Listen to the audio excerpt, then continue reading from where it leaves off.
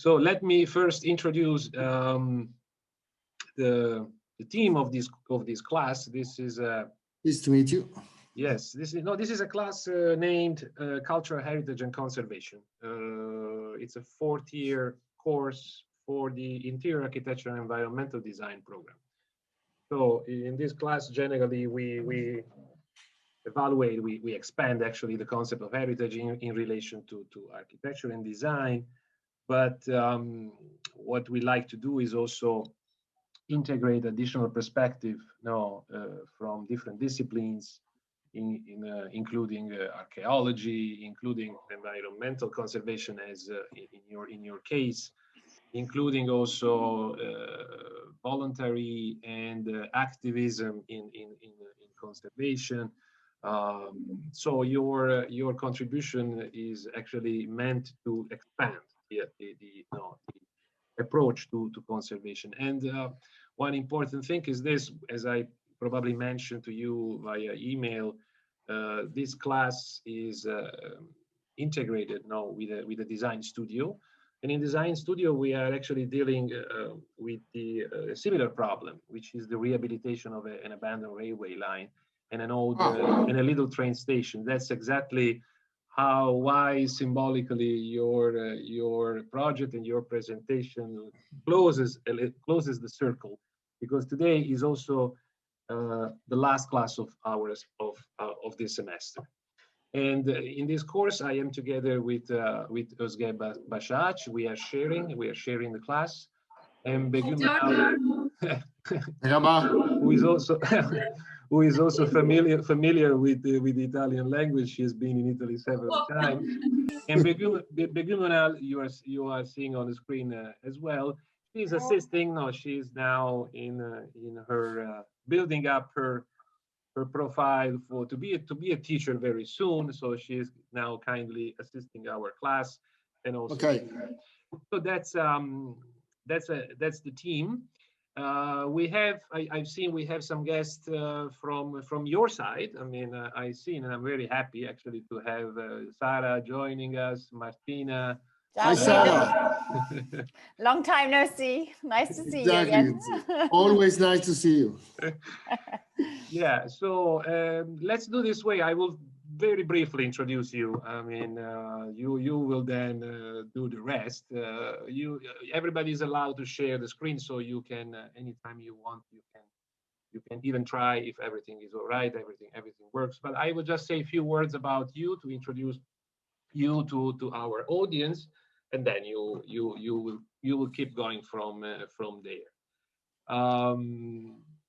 So who is Guido? Actually, it's a long story. Guido defines himself as a senior environmental scientist. He graduated in 2003 in biological sciences at the University of Milan in Italy. In 2005, he received a postgraduate degree in international cooperation at the University of Milan. And since 2007 to 2010, he carried on a PhD project monitoring biodiversity and assessing the habitat selection of indicator insect species. Since 2006 to 2015, Guido has been working for the Worldwide Fund for Nature European Alpine Program, WWF, acquiring an overall knowledge of the conservation work at a larger scale at policy level. And Guido's objectives rely on overlapping environmental and development key issues with a specific interest in human sustainable development and natural resources conservation strategies. So Guido is joining today our course with the aim of reporting about the Green Railways project. That is a feasibility study for an ecological network in Milan, a project that proposes an ecological urban network on dismantled railway spaces along buffer zones of operating tracks and through green areas connecting them to the regional park south of Milan. And the project suggests a more natural network of public green spaces where biodiversity moves and making urban natural habitats more viable and able to survive a status of genetic bottleneck. this is very, very briefly what I wanted to share preliminarily with our audience today, but Guido will have much more to say, and I'm pretty sure of that. Thank you for being with us. We really appreciate your time. We know in Italy it's quite early. No problem. So the stage is yours. We are really willing to. We're really looking forward to listen your words. Okay. Thank you to you very much for the invitation. It's a pleasure. It's absolutely a pleasure. I always like to take part to seminaries like this, especially when connected to the university environment, because I think that giving a contribution to students and to future professionals is one of the key that are necessary for sustainable development. In this case, probably, I mean, architects and designers are much more important than biologists in nowadays life, and that's why it's really an occasion for me to have the possibility to share some contents of my work, and because I think that should I have the possibility to intervene, to make a plan of recovery and restoring, as an example for a Turkish city, notions like this could be important. It could be interesting if they are interested in. Okay, I would switch directly to the presentation if I can understand how to do it. Let me see. Share screen. Do you see it? Yes. Okay. Okay, so we started directly talking about this Green Railways project. Let me say that there have been a couple of phases because the project has been realized in 2014 and 2015. That was a project done in the context of no-profit organizations, including WWF, where I was working. But since I'm now working for GOLDER Associates, which is one of the most important environmental consultancies at the global level at the moment, we work about ESG, environmental and social impact assessment. We work for oil and gas sector, eolic plants, renewable energies, and whatever. Before realizing big development projects, my company is in charge to evaluate, in this case, what is the impact on biodiversity, to create some plans for preserving biodiversity, and if this is not possible, even for compensating in or for offsetting. So this project has been created in the frame of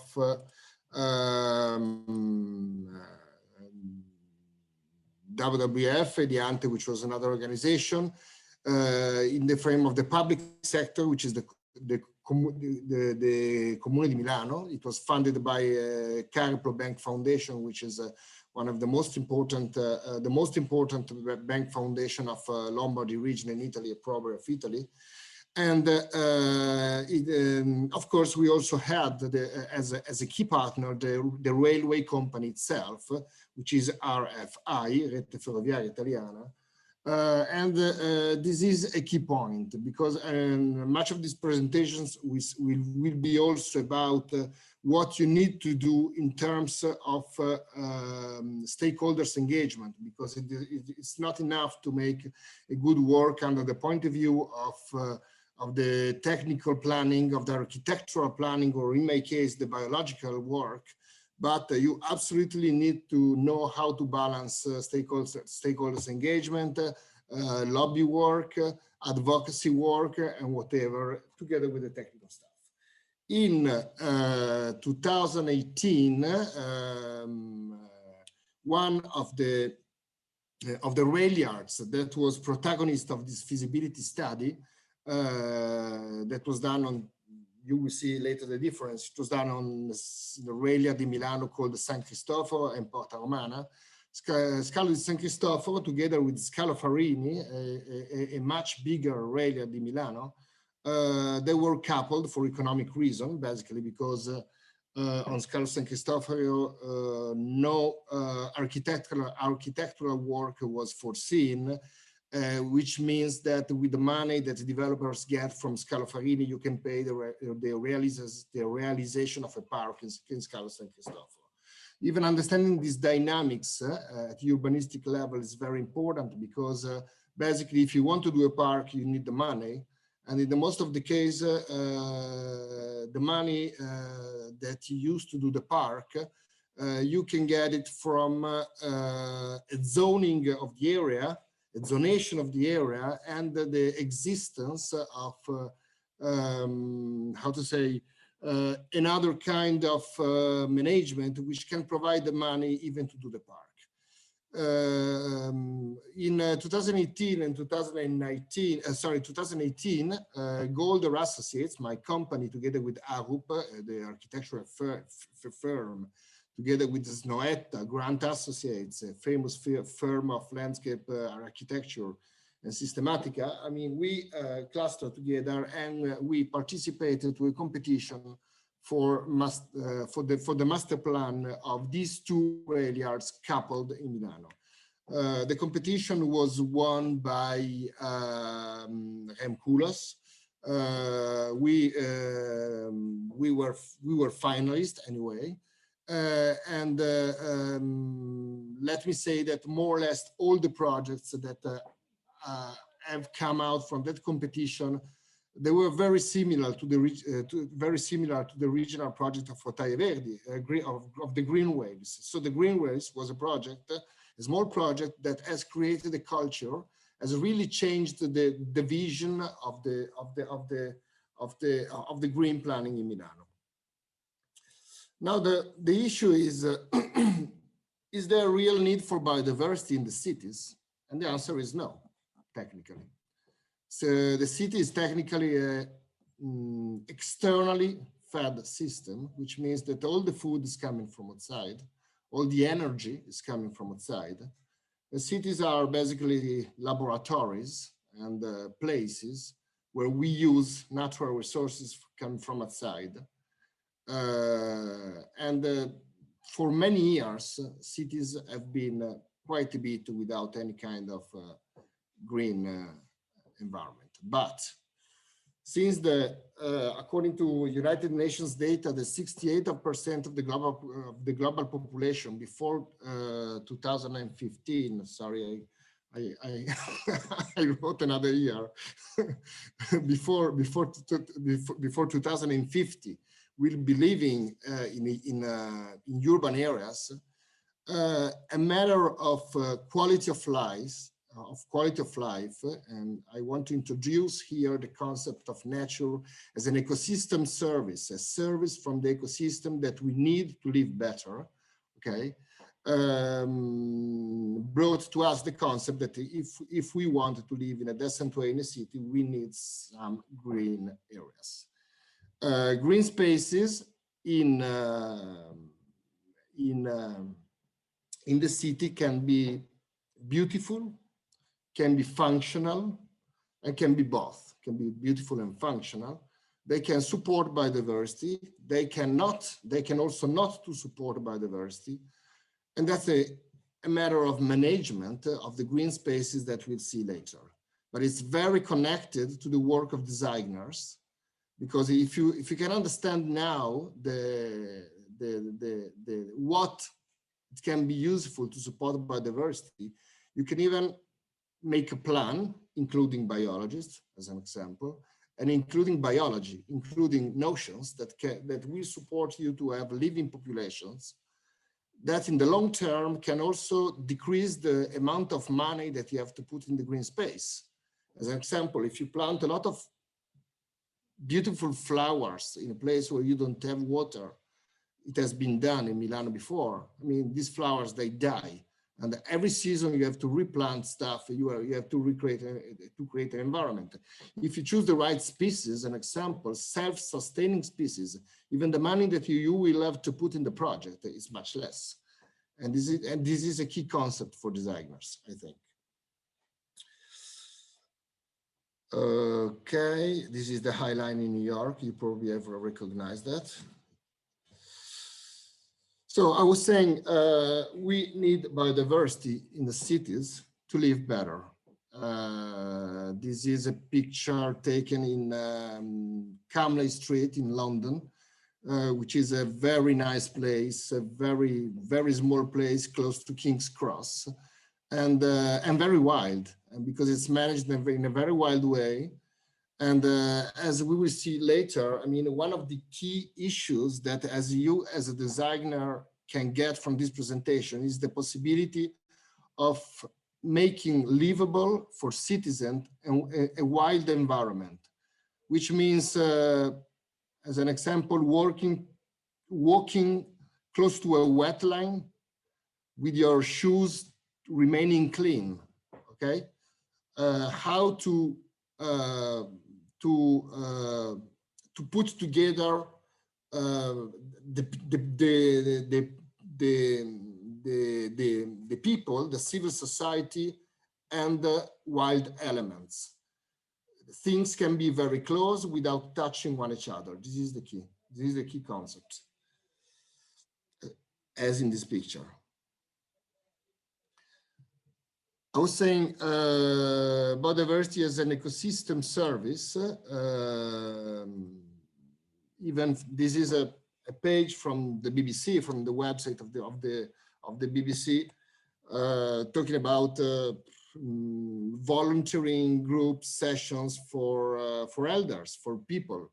We have understood in 2020 how much it was with the restrictions from COVID-19. I mean, how much it is important to go out from home, how much it is important to do something which is in relations to which puts us in relation to nature, and which means that this voluntary group, which can also be very useful because you can get some help on the project, are absolutely important for helping the society, helping the people, and creating sometimes even a psychological support, helping people which are alone to go out, as an example. And anyway, this kind of work can be useful for the entire society because these people can provide with their work a service to the project itself. Now, this is a graph from the scientific magazine PLOS ONE. That was an article about the so-called Singapore Index. Singapore Index or biodiversity or city biodiversity index is one of the most famous indexes that are used now at global level to evaluate the environmental performance of the city. It is important, it will be more and more important in the long term to have, in fact, some methodologies that you can share, that you can compare in different places of the world, because exactly for the reason that we will be able to evaluate the performance. So we need a standardized methodology in order to evaluate projects. This paper has taken in consideration the application of this Singapore Biodiversity Index in 39 cities. And basically it has focused which are the categories, the indicators that are used to evaluate the performance of the project. I'm not going to read all the indicators, you can do it, but I just want you to notice, which is quite interesting, that the ecosystem services, we just talked about nature, about how our ecosystem services is one of the least used, because it's very difficult. The reality is that it's difficult to measure the service of an ecosystem. An ecosystem service in town can be, as an example, the climatic compensation, or the fact that people can go out from home and to sit down inside the park. It's difficult to find a quantitative measure in order to get such results. But in the same time, there are some methodologies to do it, and evaluating the impact of green areas in town is absolutely important in order to evaluate the project. Now, some words about urban ecosystems. Urban ecosystems are sometimes they are more than we can think. Urban ecosystems are sometimes they are unpredictable because basically what happened, I will come back to this slide in 1 minute. What happened is that we have a poor quality soil. We have a peculiar climate condition. There is a heat in the cities, and the huge amount of activities and energy brought by human activities is creating a situation which cannot be modelized simply compared to other ecological, more natural ecological situation. As I was saying before, food and energy is coming, everything is coming from outside, but sometimes this situation creates also unexpected situation. As an example, on the most important brutalist skyscraper of Milano, which is Torre Velasca, there is the peregrine falcon nesting.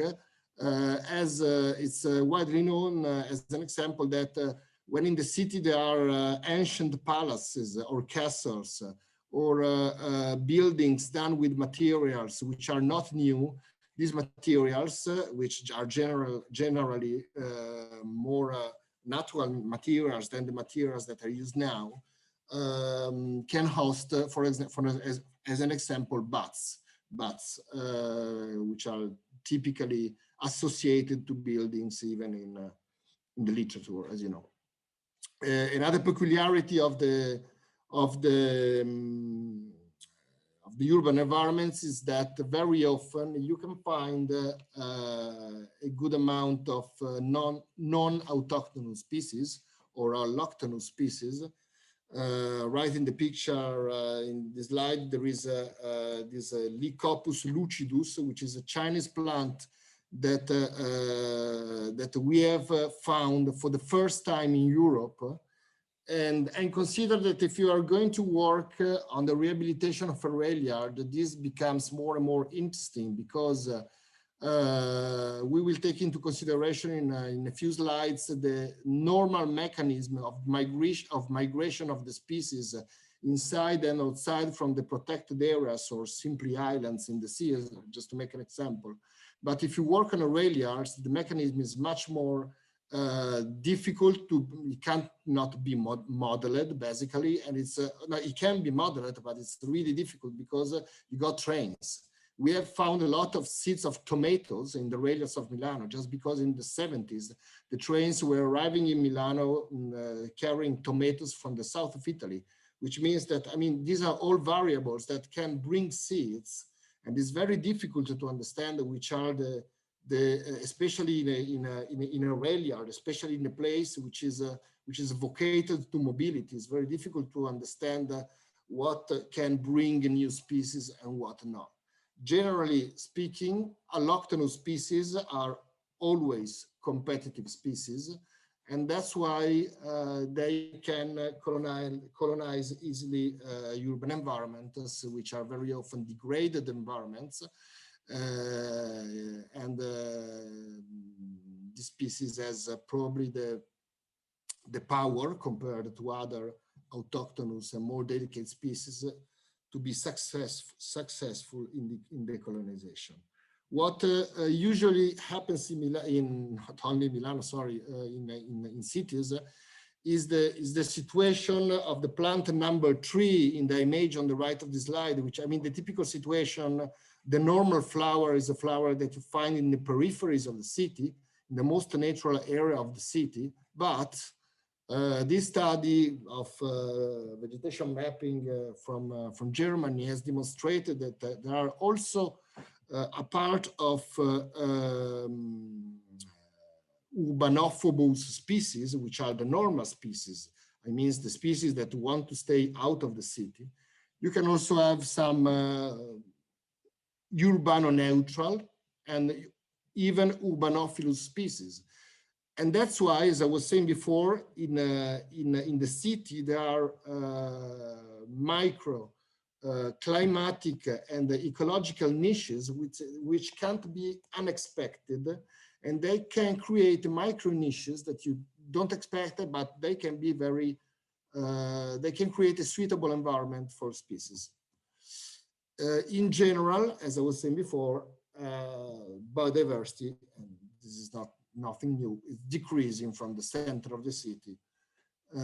Sorry, from the external area of the city in the direction of the town center. Okay, a bit of C, because we are talking about the urban environment. This can look strange, but actually this is exactly what is happening in the cities. I mean, there is an insular situation. We'll see in a few slides what does it mean under a biogeographical point of view. But there is basically a lack of connection between the green areas of a city. I mean, so you have to plan your work, even like if you were working about islands, which if you do not connect them, if you don't create ecological connectivity, they will remain largely unconnected one each other. Another thing which is happening in the cities is you don't have a matrix of green of different qualities. As an example here, this is an ecological corridor in Indonesia. That's the habitat of the orangutans. I guess that you know that terrible image of the orangutan fighting against the excavator in the places where the forest has cut down in order to cultivate palm oil. Okay, anyway, this situation is a matrix because you have a good green and a bad green.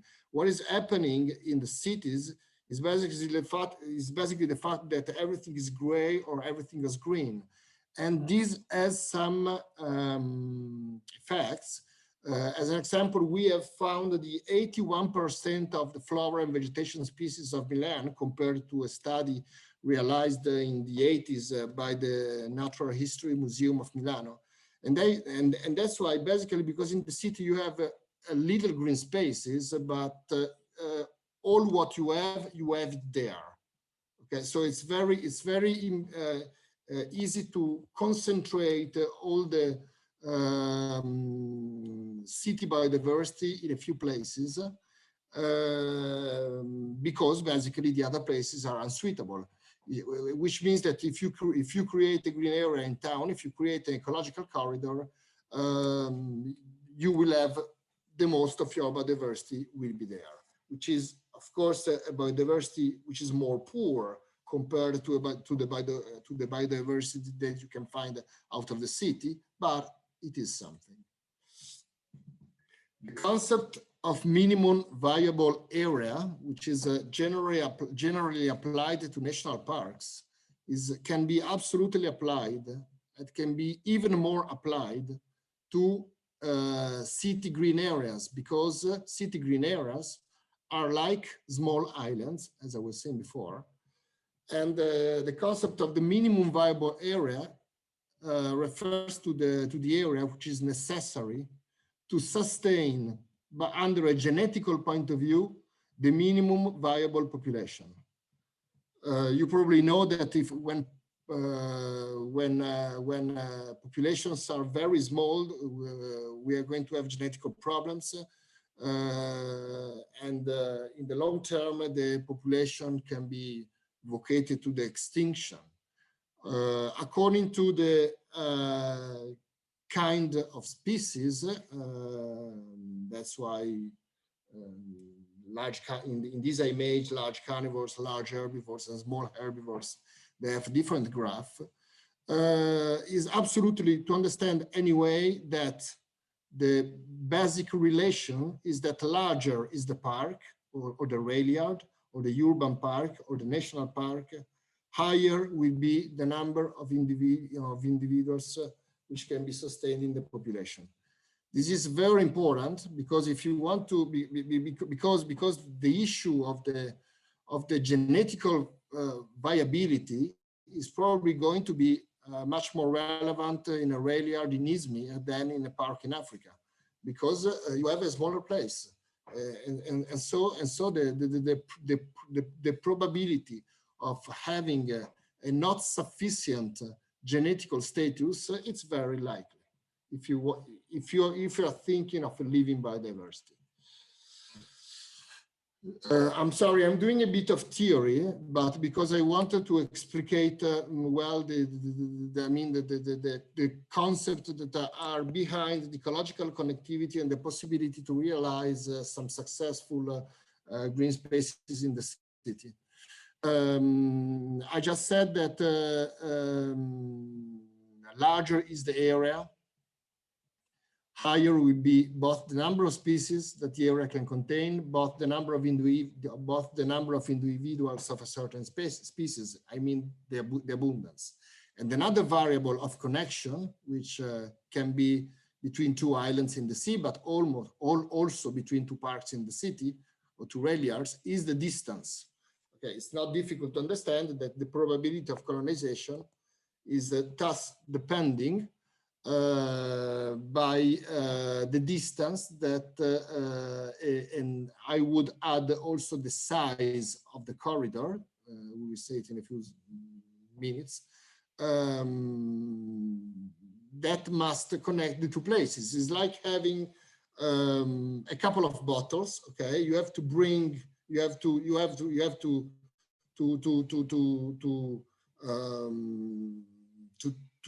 take some water from a bottle and put the water in the other bottle, and you need to have a reasonable distance and a reasonable size of the pipe that you use from a bottle to another in order to make this migration feasible.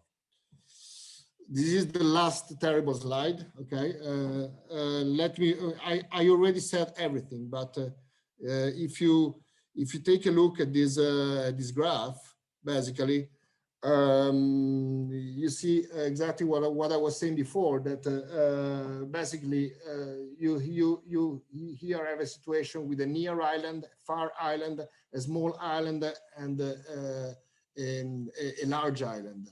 The number of species of present will be the species and also the abundance of the individuals will be higher if the island is closer, is more near, and it is larger. Let's go on. The concept of ecological corridor. If you select the two green areas and in the top of this image, that could be absolutely the connection of two rail yards in the cities.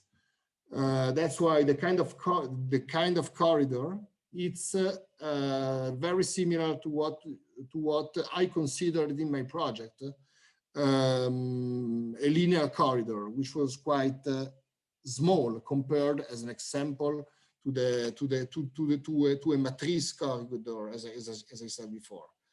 So we are passing from the theory to the practice. An ecological corridor has some core areas, two parks as an example, the corridor itself with buffer areas, and then you can have some stepping stones, which are places which are basically unsuitable to sustain the existence of biodiversity by themselves, but biodiversity can be sustained for a short time. Biodiversity can pass from there in order to get to the next core area. Okay, they are called stepping stones exactly because the metaphor is the stones that you have in a river when you cross that river and you go on the other side. I already showed to you this corridor. But this slide is still useful to introduce the next one. The size of the corridor is absolutely important. In my view, this corridor is very small for a species like an orangutan. And when you work in the city, is absolutely the size and the width of the corridor is a very important variable. If you consider as an example a corridor for elephants in Tanzania, like in the image in the top left, if you look at the scale of the corridor, I mean the corridor is something like 6 to 8 kilometers wide there, because you are working with elephants. You want to build a corridor. If you work in the city like the image below, of course you don't have such spaces, and this is meaning that the kind of biodiversity that you can conceive, that you can think that it is existing in the cities, it will of course different by the elephants, but even different by other species. I mean, you have to understand what your corridors and what your areas can sustain. Under my point of view, that's a behavioral issue. I mean, the animal, the species, I'm simplifying a lot, of course, but a corridor is suitable if it creates habitat enough in order to create a kind of horizon of habitat for the species, to create, because if the individual of the species is able to detect the end of the corridor, that will make the situation unsafe. Okay, that would be very small. The corridor that we see below is basically good probably only for insects and birds. The most of the biodiversity that you can realistically get in normal cities are based on flying animals, both birds and insects, and small animals. Sometimes even you can find, we will see later, you can find also something else, but not so much. Okay, this is the most important biodiversity. Okay, we get finally the project. We have wondered, we have asked ourselves if the railway areas existing in Milano could be an ecological opportunities, especially because we knew that the rail yards, they were going to be dismantled, like basically everywhere in the world.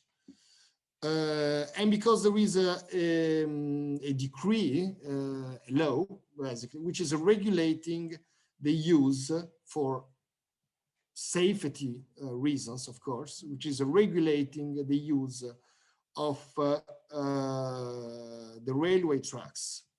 Since in the literature, it was already demonstrated that there is a role of railways documented for supporting biodiversity. You can understand it looking at this image.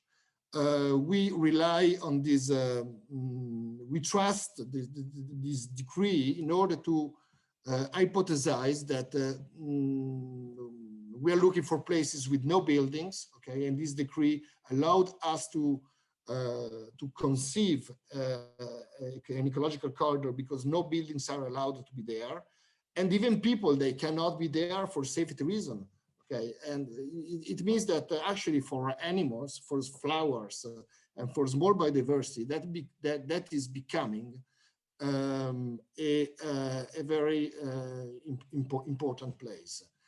I come back to the concept of the size of the corridor. You can absolutely imagine that a corridor like this would be hardly usable by, I don't know, a deer, an example. There are some cities where large ungulates are present.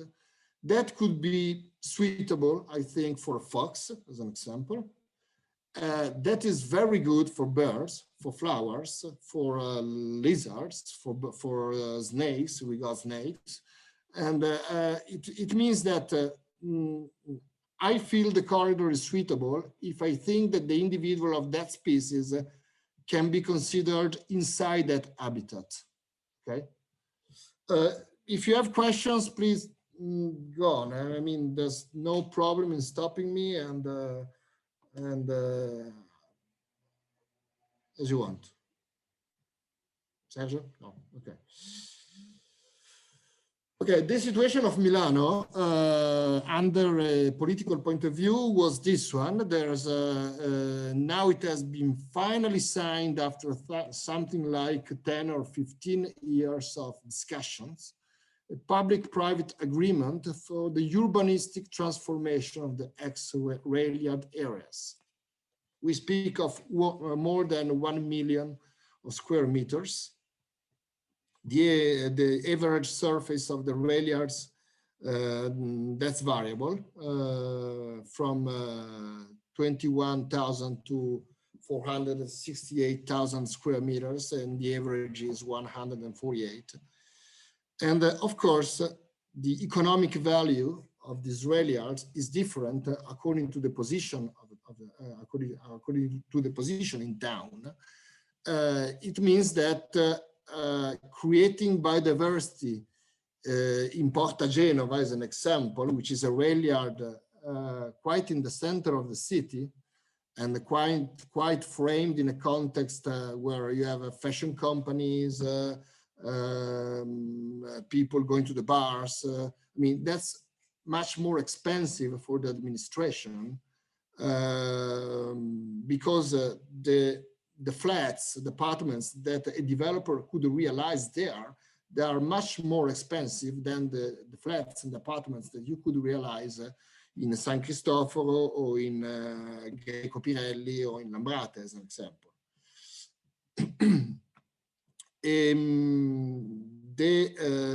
Under the urbanistic point of view, issues that's all an issue of a debate and agreement between the interest of the developer who wants to make money building and selling apartments, and the administration, which can give part, which can give the permission of realizing, come si dice cubatura, Sergio, a certain amount. The volumetric constructible, I mean, value, cubical, yes. Exactly, cubic meters that you can build, okay? They can be proportional, okay, to the, they must be proportional to the money that you bring to the public administration, because if the public administration is giving to you that you are a developer, the permission of realizing more cubic meters, which means making more money, you will have to work for free for the administration in order to create parks and public value. Okay, so the public value that you can get from the area that the public administration is giving to the developer must be proportional to the money, to the richness that the developer can get from the area that the public administration is giving to the developer. Okay, and this is absolutely important. Basically, more you gain as a developer, more you have to give back to the civil society. And that's why I was saying before, as an example, that the money of the realization of Scalo Farini will go to cover the expenses of another park in another rail yard. This is a simplified the agreement. The situation of this agreement is this one: 470,000 square meters, 30% non-residential. A good 40% or 50% of social housing. Sorry, the realization, the duty for the developer to create new parks and public spaces, as well as pedestrian connections, cycle path, and whatever. Under a methodological point of view, there was a design competition for master plan, the competition that I was saying before. This study, this feasibility study, the Greenway project, for which the Comune di Milano, the municipality of Milano was an official partner, it was the only official attachment to the agreement that the Comune di Milano and the railway company they did. Okay, so that's a study that has really changed the landscape of Milano under the planning and the urbanistic point of view.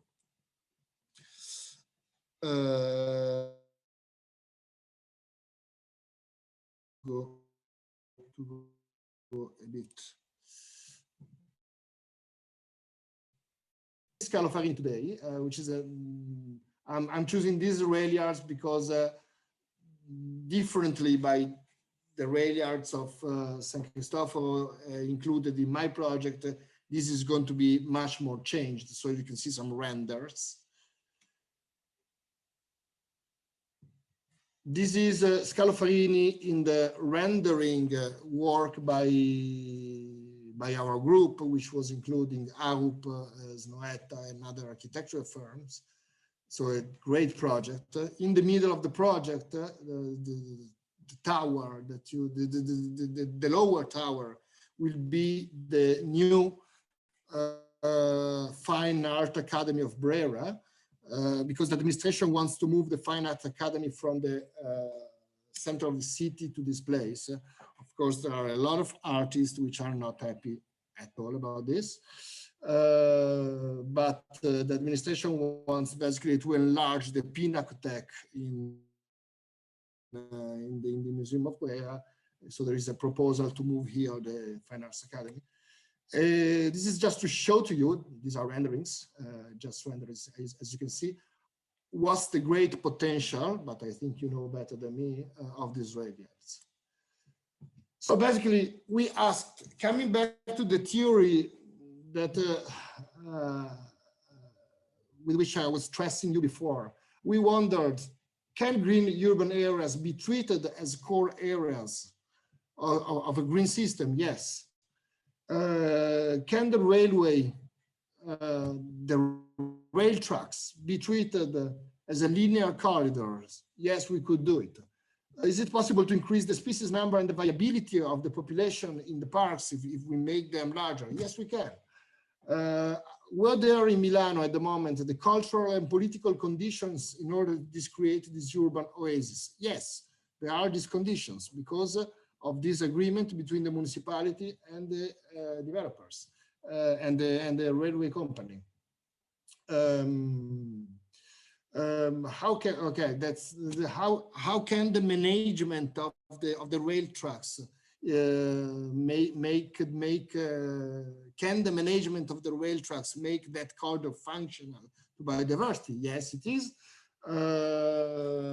Which are the species and the models of the corridors, and consequently, which are the management needs? It's always important to wonder, as I said before, for what we are building a corridor. So identify a kind of species, not just a species, a kind of species, a flying insect, which is different by a not flying insect, a small mammal, a small amphibian, because these macro groups of species, of biological models, they have different needs. And according to the needs of these models, you can create absolutely a different environment. The first picture here is taken in Milano, and that's the rail track where we have had the idea of realizing an ecological corridor. And the place and the picture on the right is London. That's the Finsbury Park, where you can absolutely understand that that park was before exactly a rail yards. If you take a look at the shape of the park, it's not difficult to understand that that park was before exactly a rail yard. So we did some baselines and we started investigating about the present biodiversity, dividing the area in San Cristoforo rail yard, which is a rail yard which is closer to the countryside, Porta Romana rail yard, which is much more in the center, is close to Prada Foundation, where it is expected to have a much lower biodiversity, and the railway tracks, which is connecting these two rail yards. Nothing of more natural thinking of connecting two rail yards with the tracks. Okay, so the ecological corridor is ready. You just have to identify which are the rail yards. You just have to identify how you can connect them. And we sent biologists on the field calculating and investigating about the flora and vegetation, invertebrates, amphibians, reptiles, birds, and so on. Keep in mind that building on the right of the image, because after you will need it. That's the Scalo di San Cristoforo, which is basically characterized by the very open areas. We got the highest biodiversity of our study. It was not the highest biodiversity to Cour, but it was the highest of our study. Because as I was saying before, talking about islands in the sea, I mean, the place is more close, is more near to the countryside, which can be considered the mainland in the image of before. So basically species that can come from the mainland to the rail yards, and closer places, as I was saying before, are more rich of biodiversity. Larger and closer places are more rich of biodiversity. In this case, you also see natural ponds. I mean, during the winter, especially during the winter, there is an accumulation of water that allowed us to find some amphibian spaces, among which even one which is protected by the European Union. This is a Porta Romana rail yard, which is very different. It's not an open area. It's basically an enormous, almost a monospecific, one species, or anyway very abundant, alloctonous species of Ailanthus altissima, which is an invasive tree from China, of which basically all Europe, including Turkey, is full. I mean, this is a species that is very easy to find in cities, and it's very invasive. But that's a wood anyway. I mean, if you see these pictures from this bridge where I took the picture, we can understand that in this place you can have some natural dynamics, animals and also people hiding. Actually, we have found a lot of people in these places. That's another issue. Anyway, to different places. San Cristoforo was similar, more similar and more close to the countryside. This is a place very polluted with a very low biodiversity because it's far from the countryside and it's very inside the city, and basically populated by this monospecific and alloctonous forest. Just some pictures of the field work. As I said, it's very common to find poor people and homeless living in these places. I mean, these are relicted places. And so there is not only an environmental issue, but there is also a social issue about the issue, about this. When you do this kind of studies, you really go in the deepest places of the city. You can find everything. These pictures are from about the rail yards. As I said, top left is the San Cristoforo rail yards, characterized by basically an autochthonous flora species, species typical of the Pau Plain in Lombardia, and top left, and in the lower part on the right, instead we have this Porta Romana, which is how appears the also the image on the left, in the lower part on the left. And then you see some flowers, non so come si dica papaveri, non mi ricordo. Copy. Copy. Ok. Come sono messo col tempo? Dove sono? Abbiamo una mezz'oretta ancora. Okay, half an hour left. Okay, Okay. I have to move a bit. The situation out of 368 species of flora, as I said before, 81% was found among the two railyards and the corridor in the middle. The corridor is 8 kilometers. The railyards, as I said before, are a few thousands of square meters. If you compare this surface with the surface of Milan is nothing, but we found basically everything there.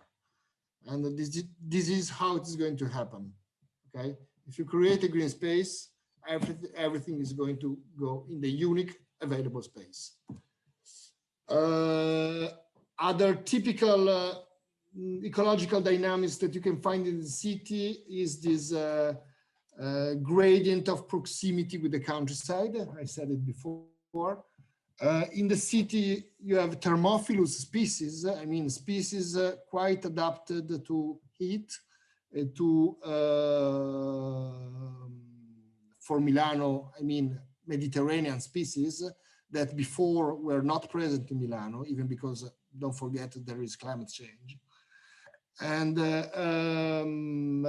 sometimes you find relicted species which is very difficult to find. And as I said, unexpected climatical and ecological niche. So it's possible in the city to find something that you don't expect, because the system of energy and climate in Milano, which is basically anthropogenic, is coming from the man, is not easily, can't be modeled easily. And you can find a micro niche that basically cannot be forecasted. A few numbers like 20 beetles, 20 butterflies, other 8, 10 beetles, different beetles, 20 spiders, like 50 birds. Birds are a very important component, as I said before, for the urban biodiversity, and that's because the urban ecosystem is characterized by ecological fragmentation. That's why you have to create ecological connectivity. And of course, flying birds and flying insects suffer ecological fragmentation and linear fragmentation less than other species. And you can find even other species. We found a geek. The geek was not present before in Milano. That's climate change, and that's the heating coming from the city. We found a little snake, not dangerous, which is Hierophis viridiflavus. In the railyard of Porta Romana, we found the snake, and as I was saying before, that toad, which is protected by the European Union. It's in the Habitat Directive, Bufo viridis. Which means you don't find the biodiversity that you can find in a park outside of the city, of course, but you find something. I mean, it's still something. So you have to come back to the goals, why you do the biodiversity in town. I mean, what can be important for a person living in the city, for the 68% of the global population living in the city, but simply important to sit in the park and to hear these very common birds. Some are common, some are less common, singing. I mean, you don't have to pretend to have an astonishing biodiversity, but you just have to pretend to have some biodiversity which represent an ecosystem services for the people living in the cities. You can also have a risk of realizing an ecological trap. An ecological trap is a corridor that you create, bringing animals inside, and then the animals, they cannot go outside anymore. That would be bad. this pheasant, these are birds that don't fly so much. They do small flights, okay? And we found these birds in the railroad of Porta Romana, which means quite bit inside in the city. Since these birds, they don't fly so much, we understood that with the small flights, the animal had basically walked up to there. And that was an indicator of ecological connectivity for us. But it's much better, according to me, realizing an ecological connectivity in town between two rail yards, listen to me, than between the rail yards and the external part of the city.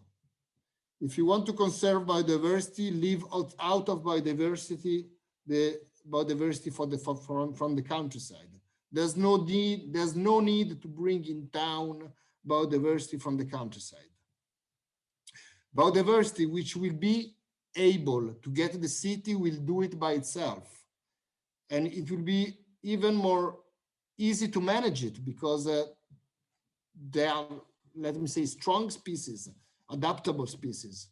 So try to connect two internal rail yards, try to double the surface of the rail yards, because you can increase the number of species and the abundance of the populations, as we said before, increase in the area, but don't try too much to connect the countryside to the city.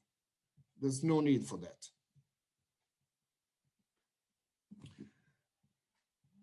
And the most of that you will have, as I said before, that's birds. So they come by themselves.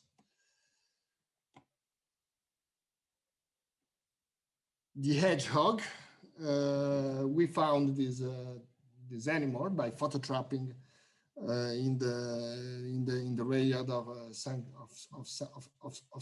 Cristoforo. If you see, I start introducing an important argument, which is if you see the left and lower part of this image, you see some countryside. That's a park. It's called Ricefield Parks in Milano, Parco delle Risaie, which is a protected area. It's an agricultural protected area. And the idea of this project was not only to connect the rail yards exactly, but to create an entire ecological network that make more viable the population that you're going to study, like here. Species that come, they come by themselves. Don't push them, as I said. Don't push them inside. They come. If they come, they are also able to go out. Okay, but the colonization must be a natural process, because that will guarantee the mobility of the species in all the directions, and the sustainability and the viability of the populations.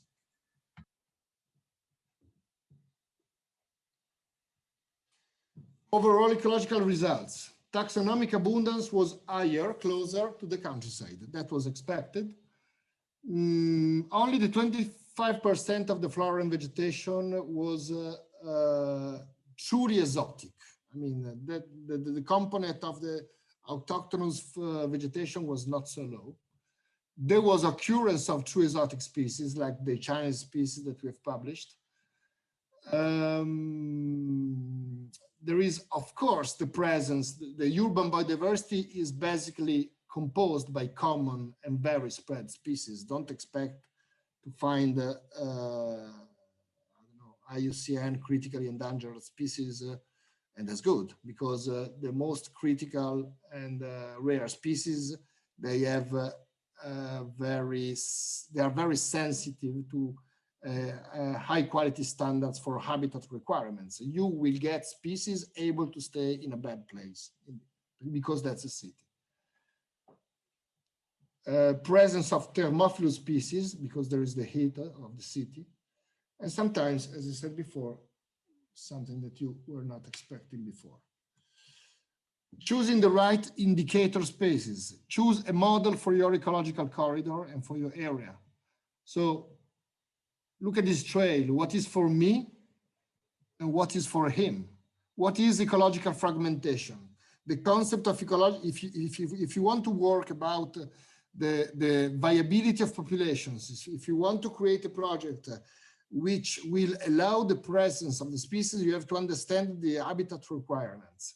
So every linear structure, a road, a bridge, a wet area, whatever, should be analyzed, putting yourself in the shoes of this guy. And because you have to understand which is the habitat requirements for your model of research.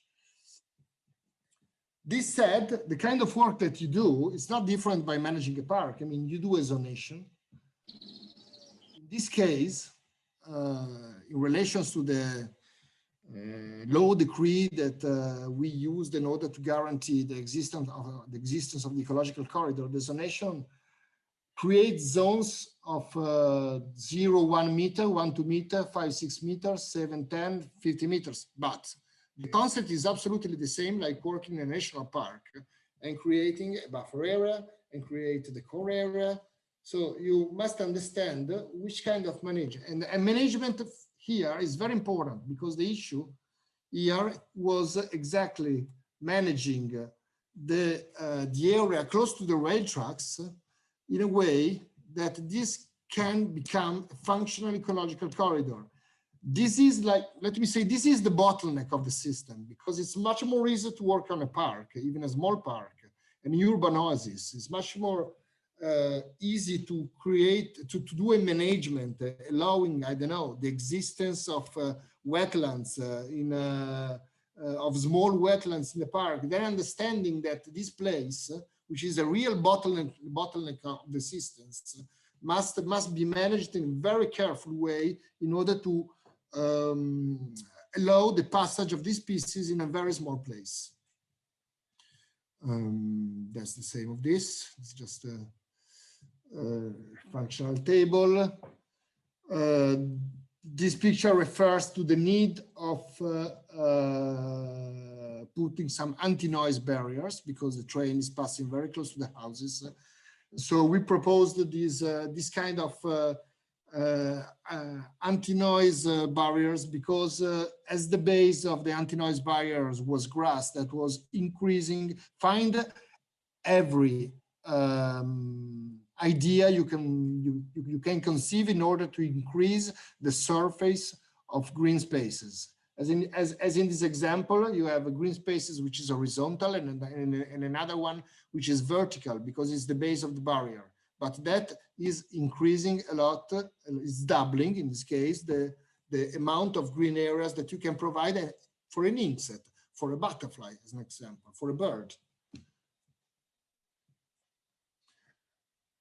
We got some fragmentation points in the corridor. If the rail tracks is the corridor, bridges, connecting bridges becomes themselves a fragmentation element. Okay.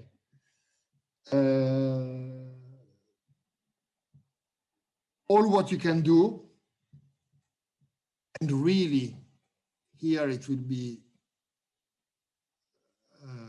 useful basically only for insects and flying animals. It's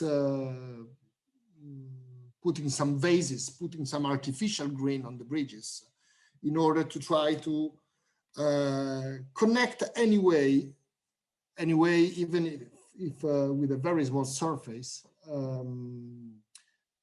the first and the second side of the bridge,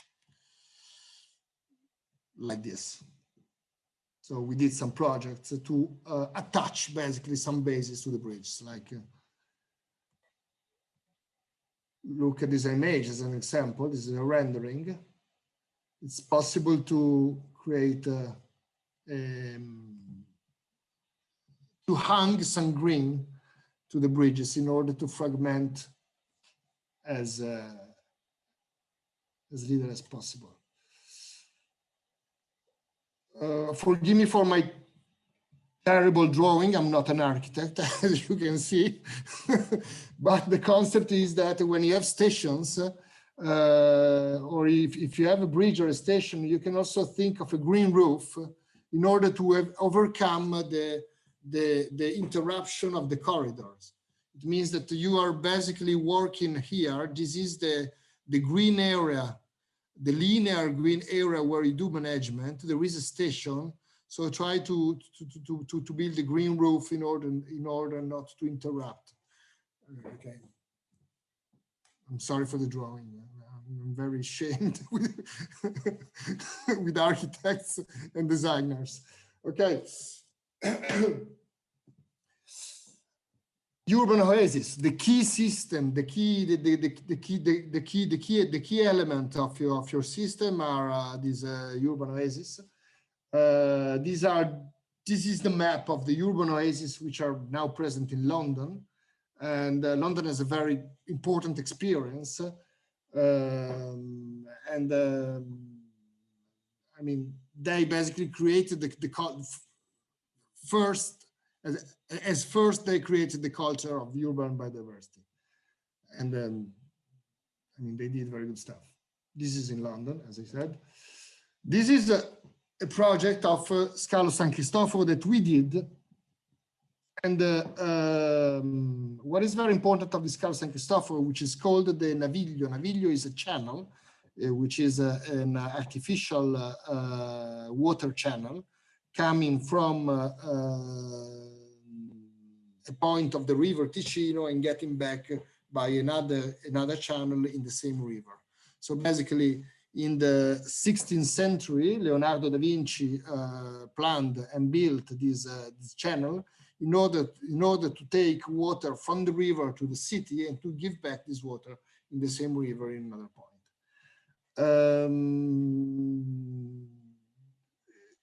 If you get water close to an oasis, you can use water in order to do what the management of the oasis. It means that these places, it was very vocated. It was very good for creating some wetlands inside, and we have done it like this. I will be very fast here. You can divide your project in layers, and hypothesizing and zoning and planning and creating different areas, planning everything, species by species, place by place, and putting the species that you need in order to be coherent with the, how can I say, as an example, like the conditions of the soil. Not every species can be planted everywhere. So you study the soil. First, you must understand if the soil is not polluted or not. You study, I don't know, the pH of the soil as an example. And then according to the natural conditions that you have on site, you will choose the right species in order to minimize the management and thus the money that you will have to spend as an administrator on that natural area. That's very important. That is very important for cities, because that's a matter of economical sustainability. That's the rendering that we did of the Scalo San Cristoforo. That's another one. Functional map. Remember that when you plan something in the city, you will have to deal and to be compliant, basically. The same for Porto Romano, with all the existing projects and future projects. Cities are, as you know better than me, I mean, they have plans, 5 years, 10 years, 15 years plans. So sometimes it can be very motivating to do a great project, but finally you discover you can't do anything about that, because you must be compliant to what is on paper. And this is absolutely important. Management is fundamental. When you create green areas, think of a biodiversity friendly management. If you compare the short grass and the tall grass, that's completely different for biodiversity. There are studies about. I mean, the amount of biodiversity is 10 times, okay? Basically, the concept of green urban areas that we had in the 80s, like a golf court, I mean, everything in a perfect order. That's a biological desert, okay? If you want to, if you want a green area that's it's sustaining biodiversity, you must have or simulate at least a wilderness situation. Of course, the challenge for an architect and the designer here becomes very interesting, because this is the challenge, is being able to walk inside the wetlands with your shoes remaining clean and your newspaper in your hands. You are in town, you are going to work, you are going to the office, but you are inside the wetland. This is the dream, putting the people and the wilderness one close to the other without touching each other, okay? This is the challenge for the designer, allowing wilderness and people together, eliminating the contact.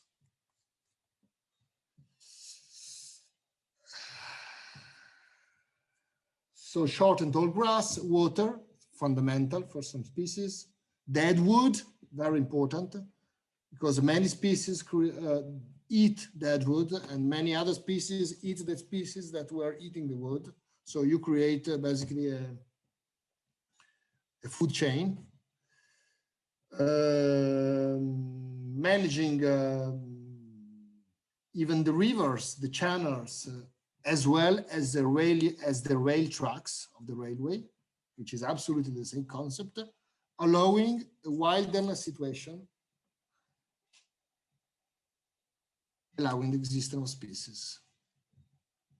And then you can even use, particular situations like the passages that are created for toads and frogs toads and frogs. Very often they migrate during the reproductive period, and it's not uncommon to kill frogs and toads driving your car. So these kinds of solutions, like the solution that you can find lower in the left part of the slide, it's some peculiar solutions case by case. The network, as I said before. The value of the landscape out of the city, agriculture. Milano has some agricultural parks, and these are the bricks of the network. These are the core areas that can generate the biodiversity, that can partially migrate by itself, as I said before, to town. These are the most important areas out of town, creating the biodiversity that can get the town. Linear fragmentation. I mean, as I said before, dealing your projects, you have to deal with plans, including plans of linear fragmentation, unfortunately.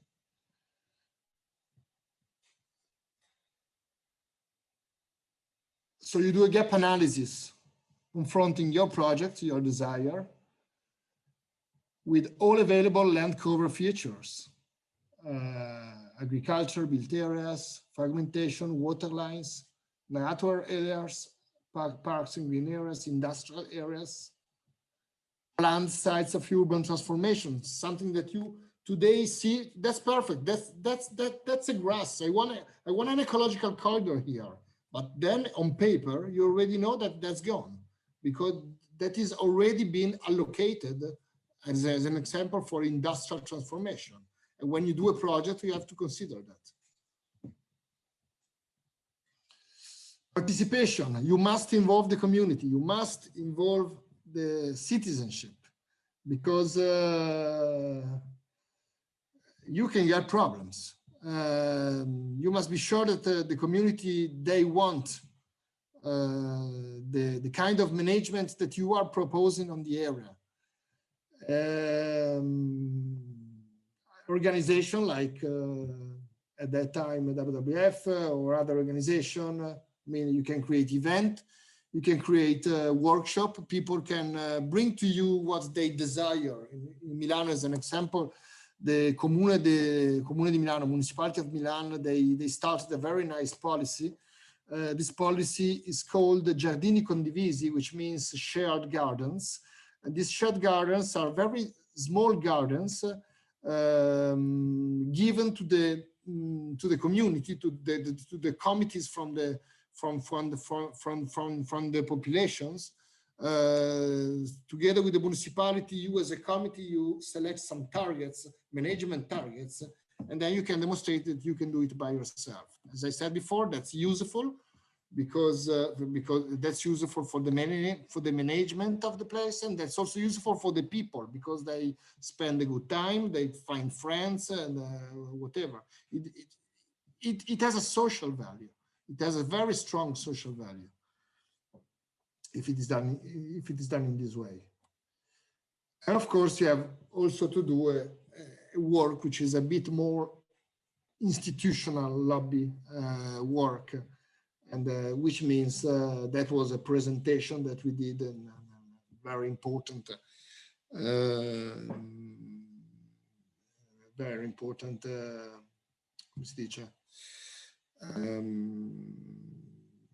room of Milano. This guy is the vice mayor. Sorry, this guy is the vice mayor. This lady, she was the most important manager of the urbanistic in Milano.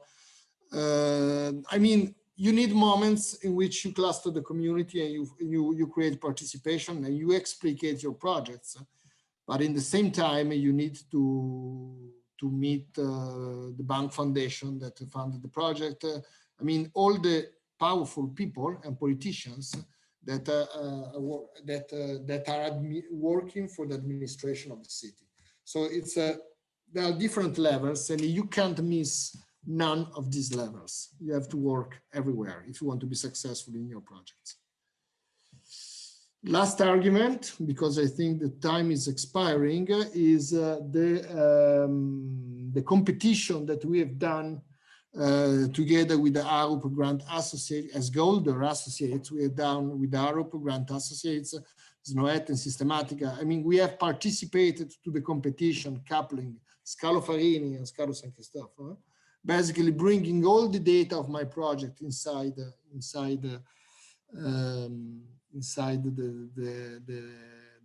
new project. Architects, they were very happy because I basically have brought data about an area where architecture was not forecasted, so they could concentrate the work on Scalo Farini doing that fantastic project that you have seen before. I basically brought all my knowledge of environmental management on the area of San Cristoforo that was anyway vocated to be a park.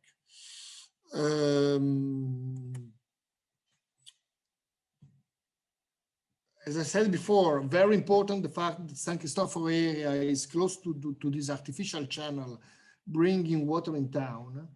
And I said before to you to take in the memory that building that you can see in the circle number 2. That's a building that was a next station that was planned and started in the 80s, then abandoned by the architect Aldo Rossi. That's a nice project. So basically, what we did together with the ARUP, GOLDER Associates, and other partners for this competition was taking replicating my data inside this project and thinking, evaluating this issue of the presence of the water. I want to show you how we have thought basically to create, as we did even before, some ponds of water with the water coming from the west and getting out from the east, because that's the flow of the water in the artificial channel. So basically we wanted to get some water here to feeding with water these pools and to bring back this water here. But the difference was the fact that we conceived both the existence of pools for people. Okay, at the moment the water of the Naviglio is clean. Some people, they take bath inside the Naviglio. Of course, it's not perfect, but it's water coming from a river. So many people don't want to do it, don't want to do it, but scientifically speaking, the water of the Naviglio is not polluted. So if you take the water of the Naviglio, you put some pools with clean water, allowing people to take a bath. You don't treat chemically that water, absolutely. And then the same water, we wanted to use the same water in order to create a natural oasis. Okay, that would be a project with a very high rate of reuse and sustainability. Let me read what I wrote in that case. I wrote, the surface of the water will therefore also be partly dedicated to fruition and partly managed with attention to the natural elements. In all cases, so the water coming from the canal and therefore running, it will not be managed with chemical disinfectants because it is dedicated to a double use. In fact, exploiting the sense of the current, of the flow of the ship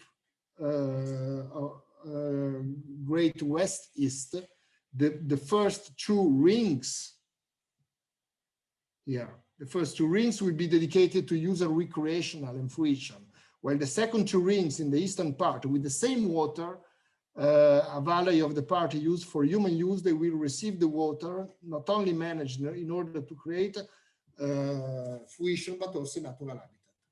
The project therefore stands as an example of sustainability because there is the reuse of water in the establishment of a urban area rich in biodiversity, but also in a wise of the use of resources. The reuse of water represents a rare example of dual use of a resource, fundamental in line with the 2030 Sustainable Development Agenda of the United Nations. This issue of the reuse of the water was very appreciated by the Commission during. That was the rendering that GOLDER Associates has done together with ARUP and the other partners, which is an evolution of the renderings that you have seen before.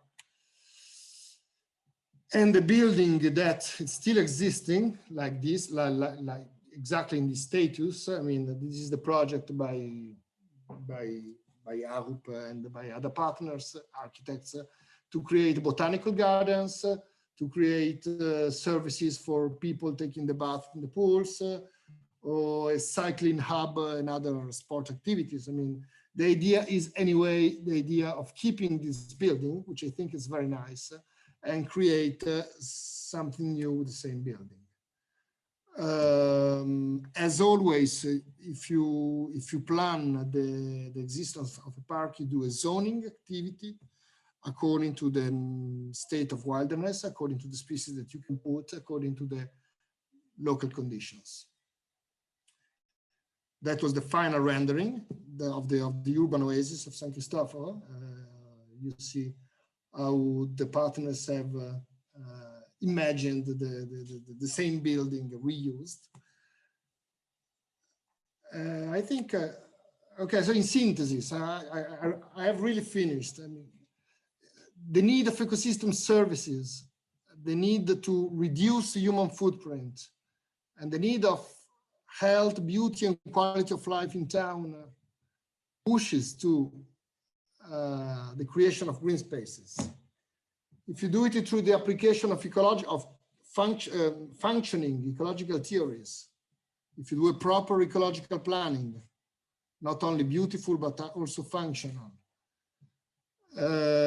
If you think of ecological connectivity, park connectivity, in order to get a functional biodiversity, you you pass to the second step, which is working on the ground, which means urban stakeholders engagement, not easy at all. Participations, compliance with previous urban planning with which you must deal, working in lobbying advocacy and presenting your project. Finally, realizing the project, ecological connectivity development, oasis development, biodiversity friendly management. Management is key, remember it, is key. You can have a dead green or a green which is alive. Management is all. You will get the existence of true biodiversity. You can use it even for other uses like environmental education. And that would be a functional project. Finally, can you tell me how sustainable is this project for you? 1 to 10. I want you to score this project in sustainability.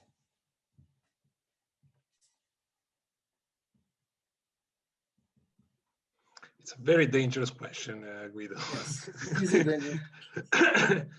This is an easy place to fall from an ecological point of view. I don't know. Shall we give the word to the students? I mean, they may try. Absolutely. You can. I mean, this is a very self-defensive proposal from my side. But... It's coming from an architectural magazine. Yeah.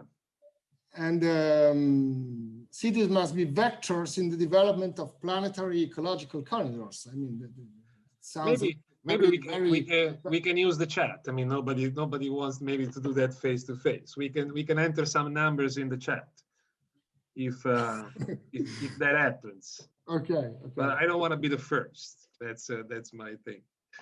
No, I mean, we will see what will happen.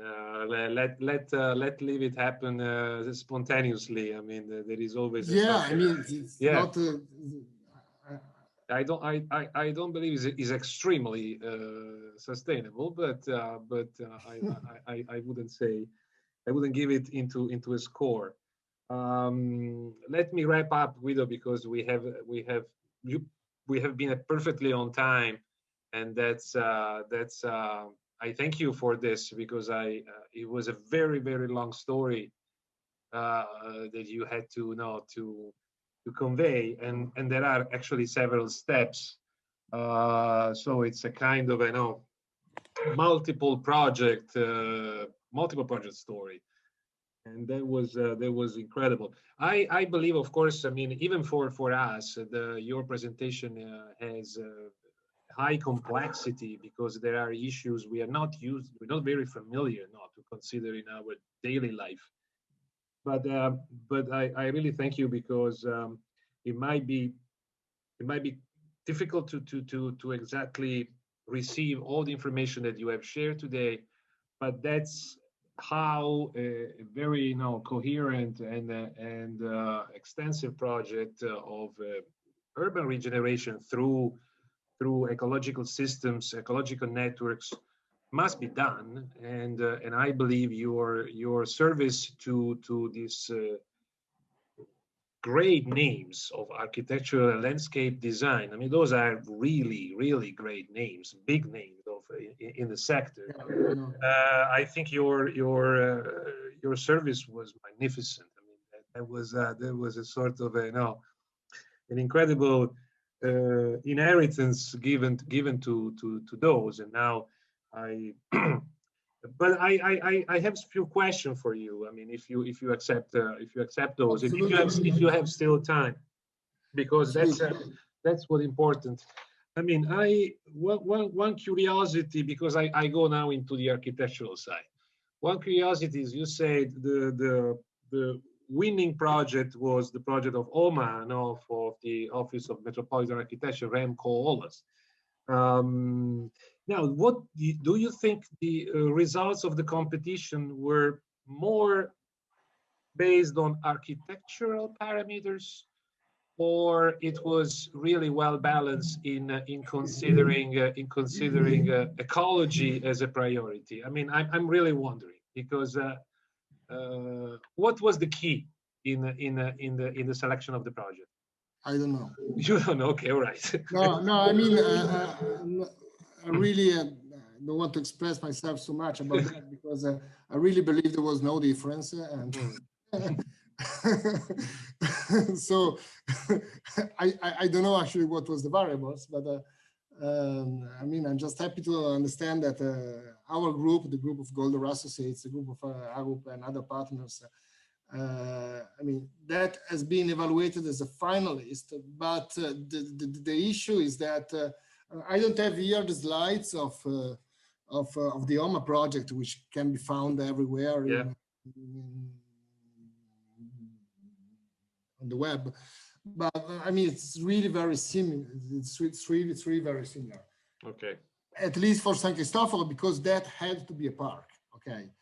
I don't go into architectural issues. I mean, maybe you'll do it. I know that the winning project, which is the project by OMA, has taken into consideration in Scalofarini something about winds, climate change, right. And so on. But if you ask me what I think about that, I don't think that Scalofarini is so relevant in order to change climate change in the world. So, actually. Okay. So this is a very superficial, maybe, way of thinking climate as a primary goal, for city regenerations. No, I mean, I'm just personally happy that this little project born as a feasibility study in 2014, 2015, realized by a non-profit organization and funded by a bank foundation in Milano.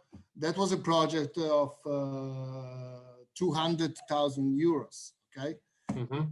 2 years. Okay. This project has hugely influenced all the project planning because of the lobby work that we have done with the Comune di Milano. That is what I was saying before. Yeah. We have been working together side by side with the urbanist and the manager from the urbanistic sector for 2 years. I started proposing the greenways in 2011. I mean, nobody in Milano was thinking of ecological connectivity at urban level. I mean, finally, all the projects, this project was attached to the agreement between the municipality and the railway company, and all the projects basically were very influenced, including the winning one, including Goma, by the concept of planning some green and planning some functional green, which is the key issue. In fact, I think this is the major goal. Now, of course, seeing the story from outside and not being an actor in the process makes my evaluation more objective and free of any pain, due to personal involvement. But what I think is that developing a culture is probably the best goal in these stories. I think what you have said maybe wasn't because I don't know exactly the system in Turkey, but I believe it might be very different in that sense about about the obligation for developers to supply some what is called or urban services while constructing. I mean, that was an important part of your presentation where you indicated that the opportunity for developers to build is also compensated ecologically speaking with the supply of a service back to the community. So that is also a sustainable financial plan, to pay back and to pay the expenses for the introduction or investment on ecology in the city. I think that was a step. That was an information that probably locally it is very different now. I mean, in the system. So in that sense, Italy has some important standards, you know, in primary and secondary urbanization, obligation for new construction. I think I have one more curiosity, and actually is what do you have, which is about you. What do you have learned back, in this collaboration with firms? What do you feel? Is this culture of a real ecological approach already quite conscious in the architectural world, or is just a tool utilized to make a kind of a self-promotion, or is it kind of a trend? What do you feel culturally, if architectural firms are there, really they are considering to collaborate always with ecologists, with biologists, with scientists, because these are big firms, they have everything inside, they have any type of profession. What do you feel? Well, there's also a lot of greenwashing around, and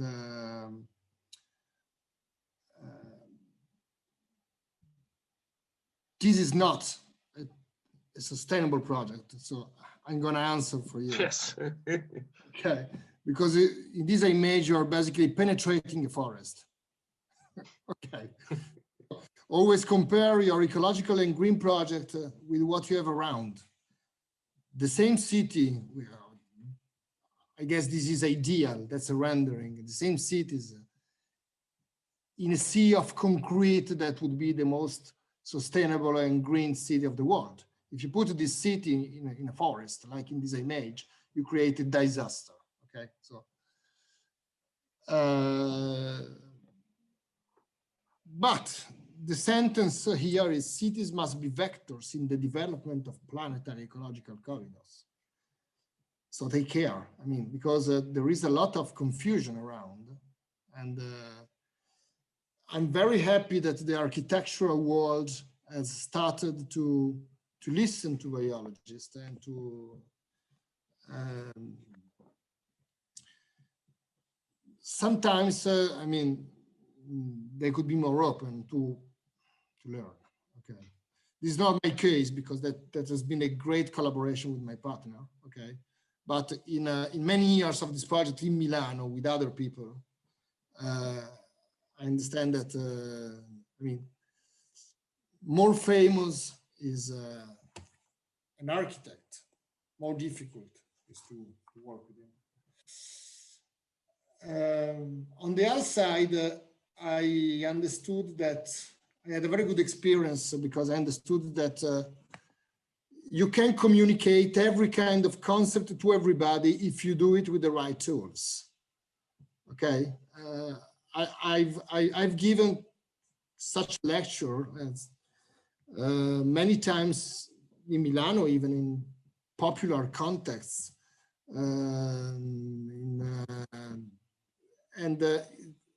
finally, when people understand you, they like it. So, I mean, there is a positive feeling about participation, about the possibility to do communication on arguments that maybe in the first time as a specialist, you could think that you can't communicate with everybody. This is not true. I mean, you can really explicate everything to everybody, and you have to find the right tools to do it. And so let's close with a trust message. Yes, of course. I mean, this is because I really believe that the civil society can be positively influenced by the knowledge of science. The role of science is influencing positively the societies, and there is a way to do it. Of course, finding the tools to do it is not always so it's immediate. Yeah, well, we are living actually in a time where science is getting how do I know, more relevant, you know, and it's normal whenever we are at the bottom of our no, when we are in a big trap or we are in big danger, then we all run back to science to ask for help. So this is where science becomes then the primary voice. Otherwise, everybody think that they can think they can imagine a world only based on political and financial parameters. But that's okay. No, I really thank you. I mean, this was a very dense contribution, and I think it was very needed, even from my personal point of view. I mean, there was a story I was interested in, and it's not about design, of course. This is about thinking ecology. This is about understanding that every single decision, even if it's a design decision, can have a relevant impact on recreating or fostering or building a new ecosystem in the city. And that's the story of the tomato seeds is very interesting for me. Probably, since I come from the south, I can already see the picture of it. So this transportation of any type of good from the south to the north. So this even this spontaneous unpredictability of finding traces totally displaced from areas to areas. It's a very interesting story. I don't know if there is any other question. I see we have also participants not belonging to the course now. I think Sarah and Martina, they have left. If there is any other question to you, I would like to give the space for that. Otherwise, I don't know. We may think of free or liberating you for your. Let me just say that has been an honor for me too, and so let me thank you. No, it was for us the honor. It wasn't for you. It was for us. No, really, it was a good experience, and let me say, GOLDER is also in Turkey. I have colleagues based in Ankara with whom I often work, and we do environmental projects, and that would be nice, maybe starting a collaboration. And, yes.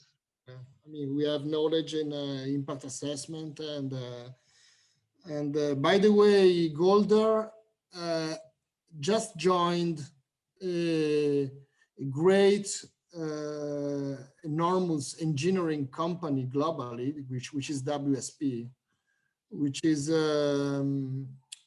basically, if let me joke, but if up to today I could just imagine a feasibility study starting from today, I could even realize green railways, because we work with this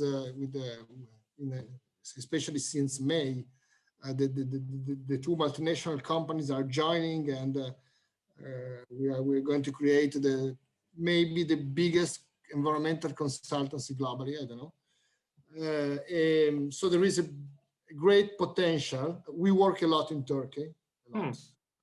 Yes, because we have been involved in environmental and social impact assessment for dams, eolic plants, a lot of stuff about renewable energies, the pipeline of TANAP, as an example. So we have a good office there. So in the case, it's very easy to put you in contact. And okay, thank you. That would be great. Okay. Thank you very much. Thank you very much. Is there any other question or comments? I just wanted to say thank you very much, Guido.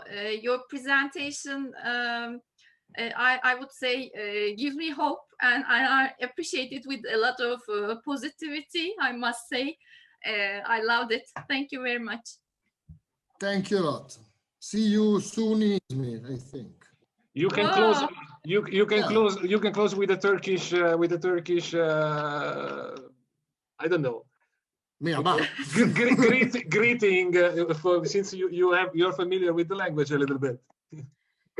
Merhaba, no. Merhaba, yes, it's fine. I mean, generally to open, but it's all right. Merhaba is fine. It's international.